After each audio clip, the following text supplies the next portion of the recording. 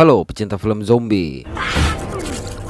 Kali ini Mimin akan ceritakan sebuah film zombie terbaik di tahun 2015 yang berjudul I'm a Hero. Film bergenre action horror komedi yang diadaptasi dari manga dengan judul yang sama ini menceritakan tentang kehidupan seorang pria yang kurang beruntung dalam karir dan cintanya, lantaran penuh keraguan dalam mengambil keputusan sehingga terkesan pengecut. Tapi semua itu berubah ketika wabah zombie terjadi, di mana dia harus melindungi seorang gadis dalam usaha mereka menyelamatkan diri dari serangan para zombie. Mantap. Memang biasanya untuk menjadi seorang hero butuh pengorbanan lebih, apalagi kalau untuk melindungi seorang wanita. Langsung saja, kita buka pintu teaternya. Film diawali dengan siaran berita mengenai serangan yang terjadi oleh seekor anjing terhadap seorang wanita, di mana sang wanita dikabarkan terus mengoceh tidak karuan. Namun tidak lama berselang berita tersebut meralat informasinya, karena ternyata yang menggigit adalah sang wanita, bukannya si anjing. Hal ini tentunya mengalihkan perhatian 3 orang asisten manga yang tengah sibuk menyelesaikan pekerjaannya. Berita itu menyampaikan pula informasi mengenai seorang pengangguran yang melakukan tindak kriminal. Tapi berita itu justru dijadikan lelucon oleh Mitani yang menganggap pekerjaan seorang asisten manga tidak ada bedanya dengan pengangguran. Sama nih kayak Mimin, dikira ngepet kali hari-hari sama tetangga. Buset. Lanjut, namun salah satu di antara mereka yang bernama Hideo Suzuki mengatakan justru hasil pekerjaan mereka itulah yang menjadi tren dunia. Dan hal ini menjadi pembangkit semangat 3 orang terbaik di balik suksesnya sebuah manga. Walaupun pada akhirnya orang-orang mengetahui bahwa karya mereka adalah hasil dari orang yang pekerjaannya hanya menanyakan progres dari gambar yang mereka buat sembari minum kopi. Malam harinya Hideo pun pulang, tapi disambut dengan dingin oleh kekasihnya yang bernama Teko. Jadi ceritanya Hideo ini tinggal di kontrakan yang disewa oleh sang kekasih karena penghasilannya jauh dari kata cukup. Manakala Teko tengah tidur, Hideo kembali melihat semua target yang dia buat untuk mencapai mimpinya menjadi seorang mangaka sukses. Tapi belum ada satupun diraihnya. Padahal 15 tahun yang lalu dia pernah mendapatkan penghargaan sebagai pendatang baru manga. Di sisi lain, Hideo juga memiliki hobi berburu sehingga memiliki sebuah senjata yang izin kepemilikan serta berburunya pun dia punya.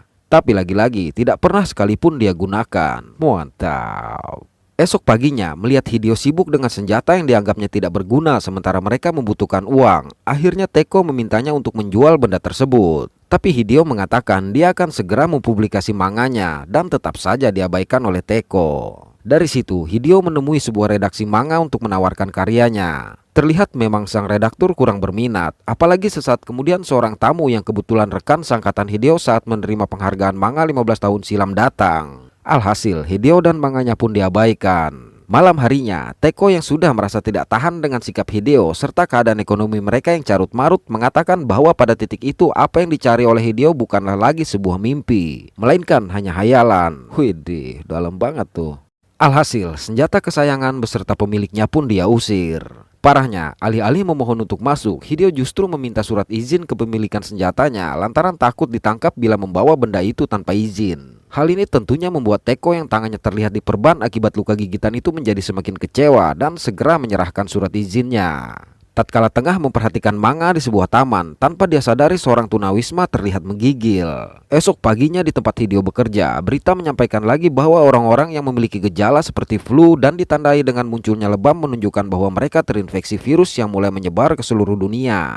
Pada saat yang sama, tiba-tiba Michan mengatakan bahwa dia merasa kurang enak badan dan beristirahat. Melihat itu Mitani mengatakan bahwa Michan terjangkit akibat berhubungan dengan pimpinan mereka malam sebelumnya. Tidak lama kemudian sang pimpinan masuk dengan luka di leher yang mereka anggap bekas cupang. Anjay. Namun terlihat mata sang pimpinan yang mulai berubah seraya mengatakan deadline pekerjaan mereka tidak akan pernah datang dengan tatapan yang kosong. Malam harinya, Hideo mendapatkan telepon dari Teko yang meminta maaf atas tindakannya terhadap Hideo dan memintanya untuk kembali. Lalu di saat yang sama, terlihat beberapa cinok yang terbang melintas. Keesokan harinya, Hideo memutuskan pulang seraya membawa makanan kesukaan sang kekasih. Sayangnya pintu terkunci dan Teko tidak menyahut panggilannya. Parahnya lagi, kunci miliknya pun tertinggal di dalam. Tak kunjung mendapatkan jawaban, akhirnya Hideo mencoba untuk mengintip dari lubang surat. Lantas terlihatlah Teko yang tengah berbaring dan sesaat kemudian bangkit serta bergerak dengan cara yang aneh. Lalu muncul secara mengejutkan dan langsung mendobrak pintu untuk menyerangnya. Sembari terus menyerang dengan wajah yang sangat mengerikan, Teko mengatakan bahwa dirinya adalah seorang yang tidak berguna. Ternyata zombie di film ini masih dapat mengucapkan memori paling dalam di otaknya. Dalam usaha bertahan itu, Hideo berhasil menghindar, sehingga serangan ganas Teko mengenai pintu dan mengakibatkan semua giginya copot.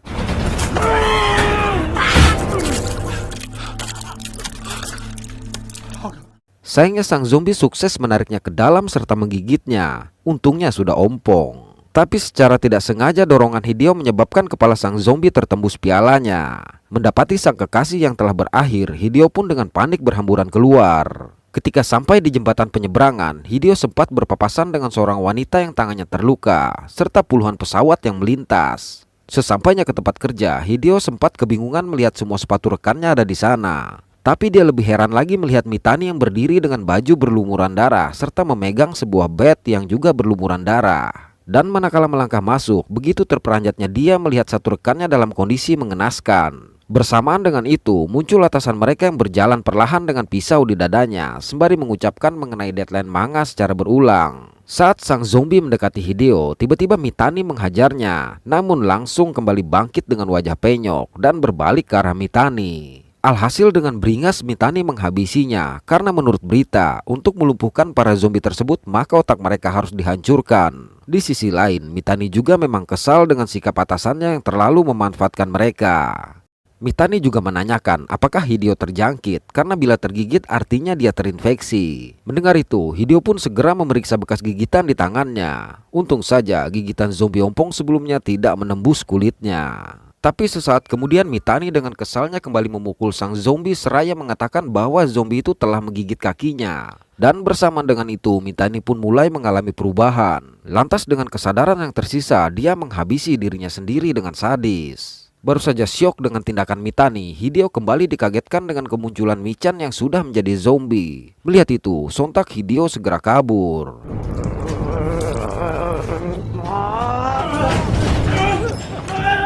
Ternyata di luar, dia juga mendapati beberapa zombie yang menyerang orang lainnya di jalanan. Melihat itu, Hideo mencoba meminta tolong kepada seorang polisi. Rupanya, polisi itu pun sudah menjadi zombie dan berusaha menyerangnya. Untungnya ada mobil yang melintas. Sampai pada suatu sudut jalan, Hideo terpaksa harus berbalik lantaran para warga yang berhamburan menyelamatkan diri dari serangan para zombie. Setelah berhasil menembus kekacauan itu, Hideo meminta tolong kepada seorang driver taksi untuk membawanya pergi. Tapi sang driver yang baru terbangun itu terlihat kebingungan, sementara kekacauan semakin menjadi-jadi. Sesaat kemudian, seorang gadis SMA bernama Hiromi Hayakari datang dan meminta tolong, namun sang driver masih juga bengong. Lantas melihat satu zombie yang mendekat, Hideo segera menyiapkan senjata dan membidiknya. Sialnya, itu hanya hayalannya saja.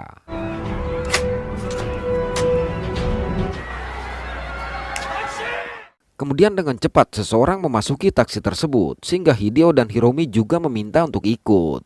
Di dalam taksi keadaan semakin panik akibat hampir semua stasiun TV menyiarkan mengenai kekacauan tersebut. Sampai akhirnya ada satu stasiun yang masih menyiarkan anime. Tapi tidak lama stasiun itu pun ikut juga menyiarkan berita yang dimaksud. Beberapa saat berselang, penumpang berdasi di sebelah mereka terdengar memberi perintah agar pihak militer menghabisi semua zombie yang menyerang, sembari mengumpati para zombie dengan menganggapnya sebagai warga miskin yang tidak sanggup membayar pajak. Anjir, pria yang ternyata juga terluka di bagian tangannya itu pun mulai berubah. Dan Hideo hanya terpana. Masih juga belum sadar dengan perubahannya, pria itu dengan kasar meminta tisu kepada sang driver. Sontak si driver yang tidak melihat ke belakang pun segera menyerahkannya. Tapi dengan cepat dia langsung menggigit tangan si driver, lalu menyerang Hideo. Melihat itu, si driver membuka pintu penumpang. Alhasil, sang zombie yang masih mencengkram kaki Hideo itu pun terseret. Mendapati Hideo yang kewalahan, Hiromi pun mencoba untuk membantu. Sayangnya Hideo justru semakin merosot keluar. Tapi dengan usaha keras, akhirnya Hideo berhasil melepaskan cengkramannya hingga sang zombie terlibas oleh sebuah truk. Naasnya, baru saja mereka merasa tenang, tiba-tiba driver mereka pun mulai berubah dan langsung menginjak pol gas mobilnya. Mantap.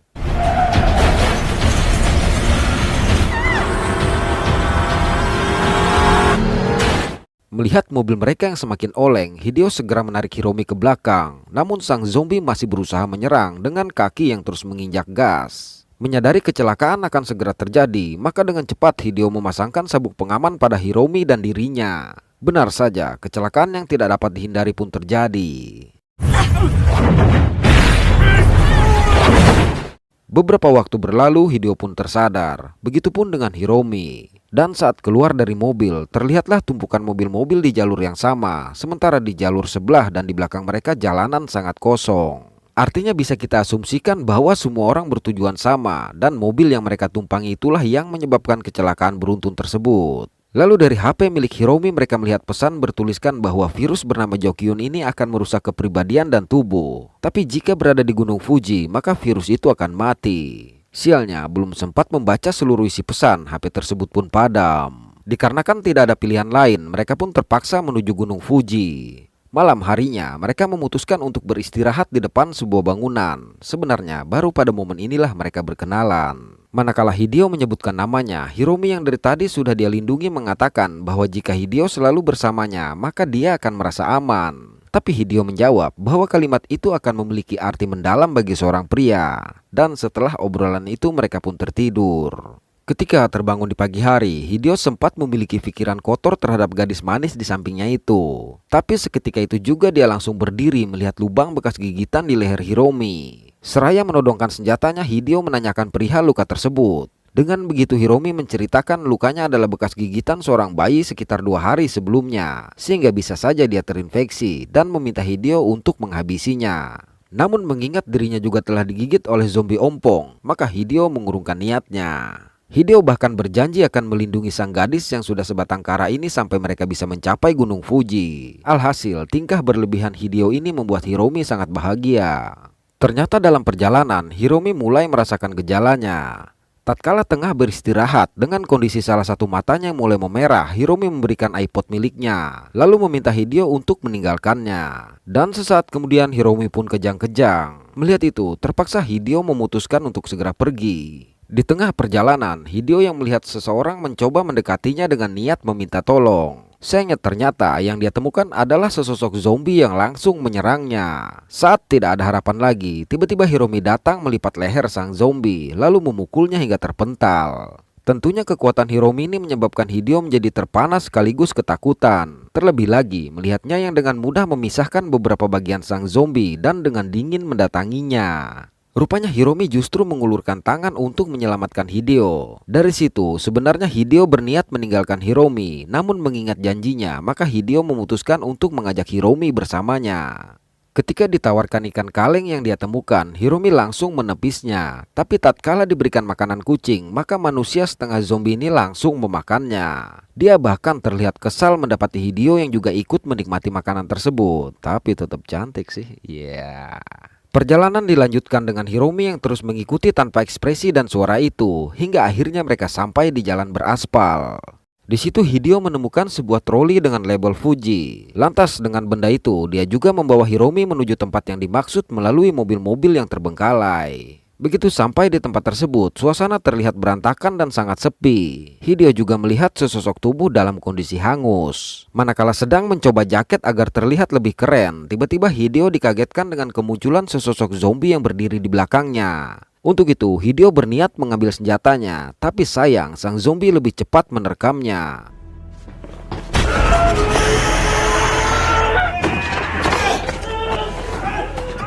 Namun nasib baik masih berpihak dengan kedatangan seorang wanita yang menyelamatkannya. Dari situ, si wanita yang mengaku bernama Yabu ini mencoba untuk memeriksa Hiromi. Tapi Hideo terus mencoba menghalangi dan mengatakan bahwa Hiromi memiliki masalah tidur. Bersamaan dengan itu, datang lagi survivor lainnya. Tatkala survivor bernama Sango berniat memeriksa Hiromi, rekan lainnya mengatakan bahwa Jokyun tidak mungkin tidur. Sesaat kemudian rekan mereka di luar mengatakan bahwa para zombie berdatangan, sehingga mereka pun bersiap untuk kabur. Sebelum keluar, Hideo terlebih dahulu mengambil selembar kain untuk menutupi mata Hiromi. Setelah Sango memberikan aba-aba, maka mereka pun kabur dalam 2 kelompok. Dalam usaha tersebut, salah seorang di antara mereka terpaksa harus tewas dimukbang oleh zombie-zombie yang berhasil menangkapnya. Tidak berselang lama, dari atap sebuah gedung terlihat survivor lainnya memukul-mukulkan panci untuk mengalihkan perhatian zombie-zombie tersebut, sehingga mereka memiliki kesempatan untuk masuk melalui sebuah pintu seng dan memanjat ke atap gedung.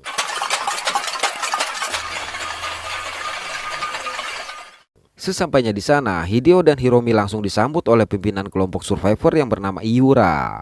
Kemudian Iura mengajak Hideo menemui seorang pria yang bertugas di bagian suplai untuk mengambil kantung tidurnya. Melihat senjata milik Hideo, Iura yang kebetulan pernah menggunakannya memastikan bahwa senjata itu asli. Dan mendengar jawaban Hideo, dia hanya mengatakan bahwa takdirlah yang membawa Hideo ke tempat itu. Ketika pria bernama Abe menyerahkan kantung tidurnya, mata Hideo justru terpaku pada jam tangan yang dia gunakan. Melihat hal itu, lantas Abe segera mengambil satu keranjang jam tangan sejenis untuk Hideo. Malam harinya, Yabu memberikan julukan kepada Hideo dengan menyebutnya si kacamata. Dia juga menanyakan hubungan antara Hideo dan Hiromi yang dia kira kakak dan adik. Dan mendengar jawaban Hideo bahwa dia sama sekali tidak mengenal Hiromi sebelumnya, membuat Yabu seolah merasa bersalah.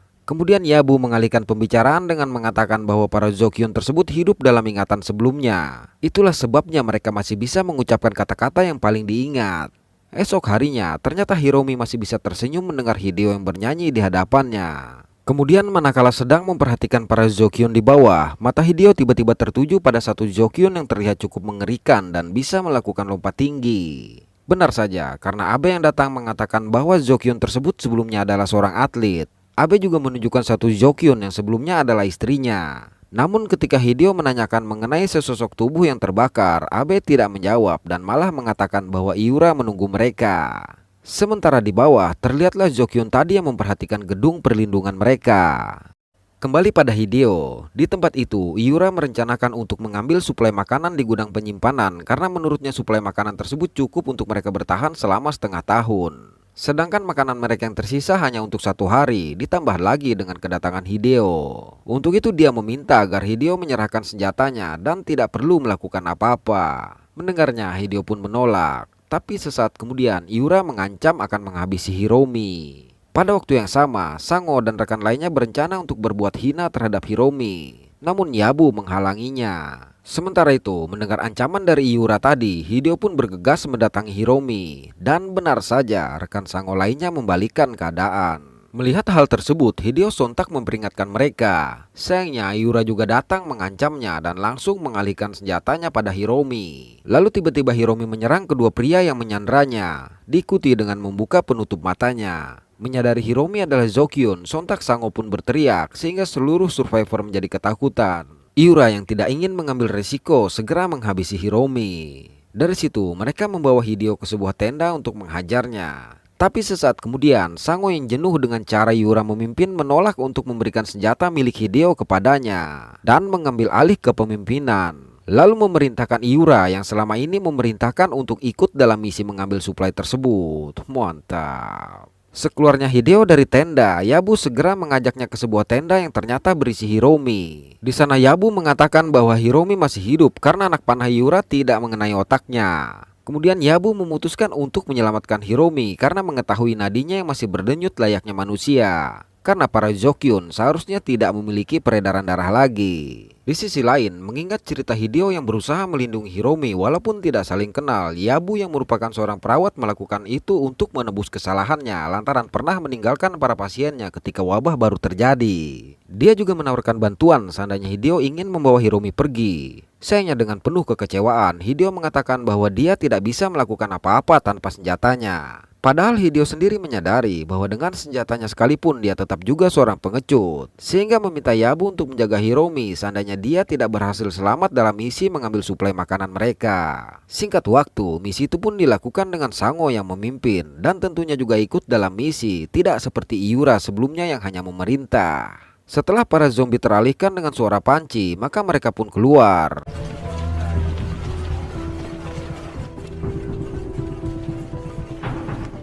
Rupanya gedung yang mereka masuki sangat gelap dan kegelapan itu dimanfaatkan Iura untuk bersembunyi di balik tiang agar bisa memisahkan diri. Mereka juga tidak mengetahui ada satu zombie yang berada di tempat itu. Cukup lama menyusuri gedung yang gelap sehingga tidak bisa membaca peta dengan jelas. Tiba-tiba lampu menyala. Dan dari situ terlihatlah gudang penyimpanan makanan yang dimaksud. Hanya saja mereka tidak menyadari bahwa sedang diawasi dari CCTV. Sesampainya di sana, mereka bergegas mengumpulkan semua makanan yang dapat dibawa. Baru saja Abe menanyakan kepada Sango siapa yang menyalakan lampu, tiba-tiba terdengar suara musik yang cukup nyaring. Bersamaan dengan itu, secara mengejutkan satu zombie menyerang rekan mereka. Dalam keadaan panik itu, Sango menembak sang zombie yang juga sekaligus mengenai rekannya. Sayangnya ternyata zombie-zombie lainnya pun sudah berada di gedung tersebut. Alhasil dengan buru-buru mereka pun kabur. Tapi sang zombie yang kembali bangkit berhasil menangkap dan menyerang satu dari mereka. Hideo sendiri yang melihatnya pun memutuskan untuk meninggalkannya. Sialnya mereka sudah terkepung, dan Sango yang pada dasarnya belum pernah menggunakan senjata itu pun tidak bisa membidik para zombie dengan benar. Oleh karena itu, mereka segera mendorong rekannya menggunakan airsoft untuk menembaki para zombie itu. Naas, gotrinya tidak berpengaruh apa-apa sehingga dia harus rela dimukbang oleh para zombie tersebut. Melihat hal itu, yang lainnya pun bergegas kabur. Namun jumlah zombie yang terlalu banyak menyebabkan satu persatu mereka dihabisi.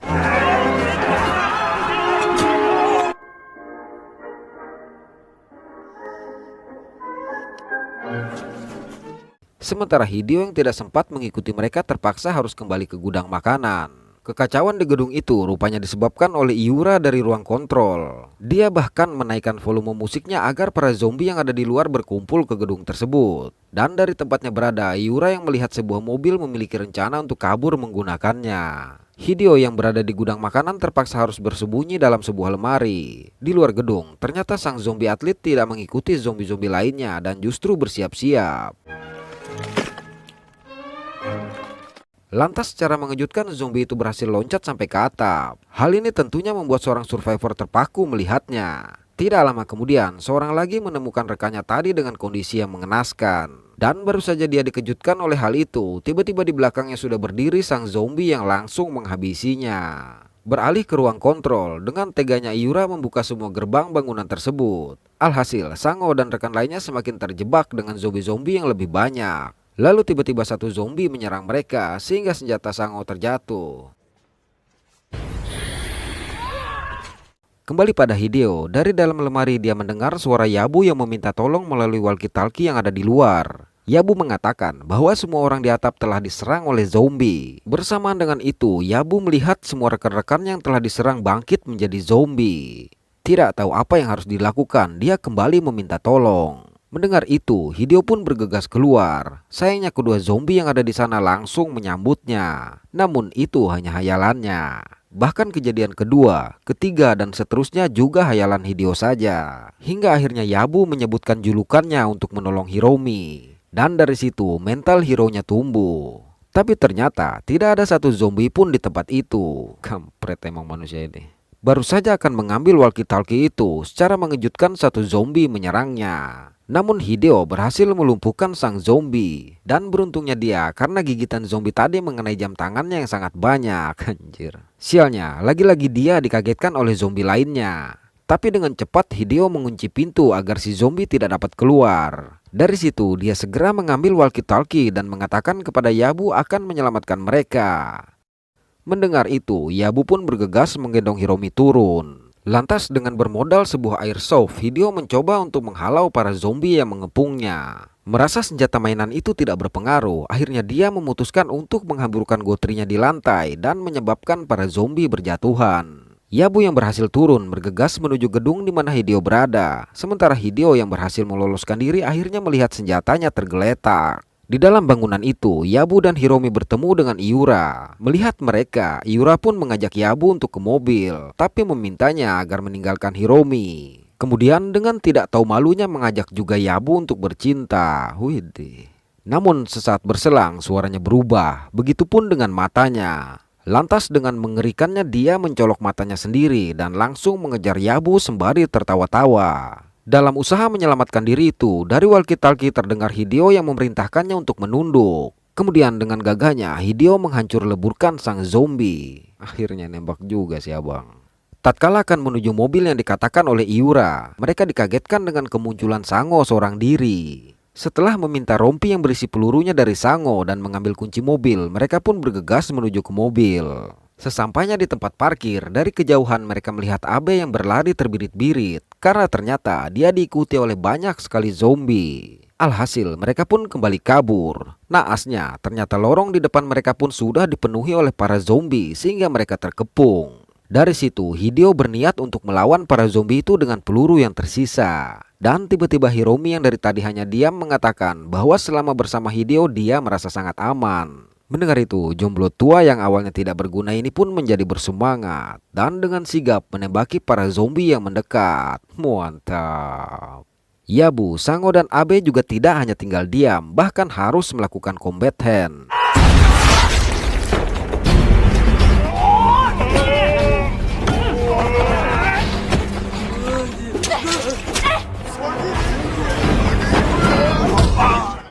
Setelah beberapa waktu bertarung, muncullah satu zombie yang sangat gendut. Bahkan saat kepalanya sudah luluh lantak pun dia terus berlari ke arah Hideo. Hingga Hideo pun tertimpa. Ketika berusaha menyelamatkan diri, datang lagi satu zombie yang langsung menggigit tangannya yang dipenuhi jam. Dan Hideo berhasil menghalau serta menghabisinya.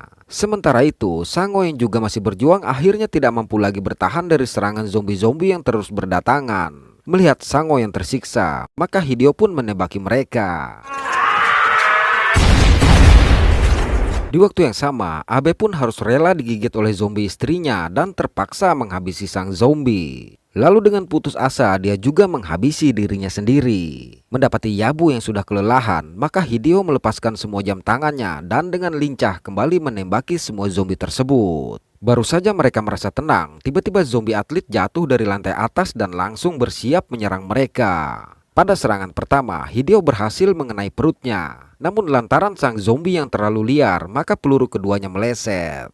Sialnya, peluru di kantong Hideo sudah habis. Melihat masih ada satu pelurunya yang terjatuh, Hideo pun bergegas mengambilnya. Dan berhasil mengenai kepalanya sebelum si zombie menerkamnya. Parahnya, ternyata zombie itu kembali bangkit dan mengarahkan targetnya pada Yabu dan Hiromi. Untung saja, Hideo terlebih dahulu meluluh lantakan kepalanya dan membuat takjub kedua wanitanya. Mantap. Dari situ, mereka memutuskan pergi. Tapi sebelum berangkat, Hideo menyadari bahwa tubuh hangus sebelumnya adalah akibat bunuh diri setelah melihat tubuh Abe dengan posisi yang sama. Dalam perjalanan, Yabu akhirnya mengatakan bahwa nama aslinya adalah Oda Sugumi. Dan untuk pertama kalinya juga Hideo mengucapkan nama lengkapnya. Tapi menurut Hideo sendiri, arti dari kata Hideo hanyalah sebatas nama. Lantas dengan tersenyum Oda mengatakan bahwa dia mengerti karena dia menyadari bahwa nama Hideo sangat pantas melekat untuknya yang sudah bertindak layaknya seorang hero. Dan film pun berakhir. Tapi setahu Mimin, kelanjutan film ini dibuatkan dalam serial TV di mana memfokuskan cerita pada Oda yang mencari obat untuk menyembuhkan Hiromi dan juga wabah zombie. Mantap.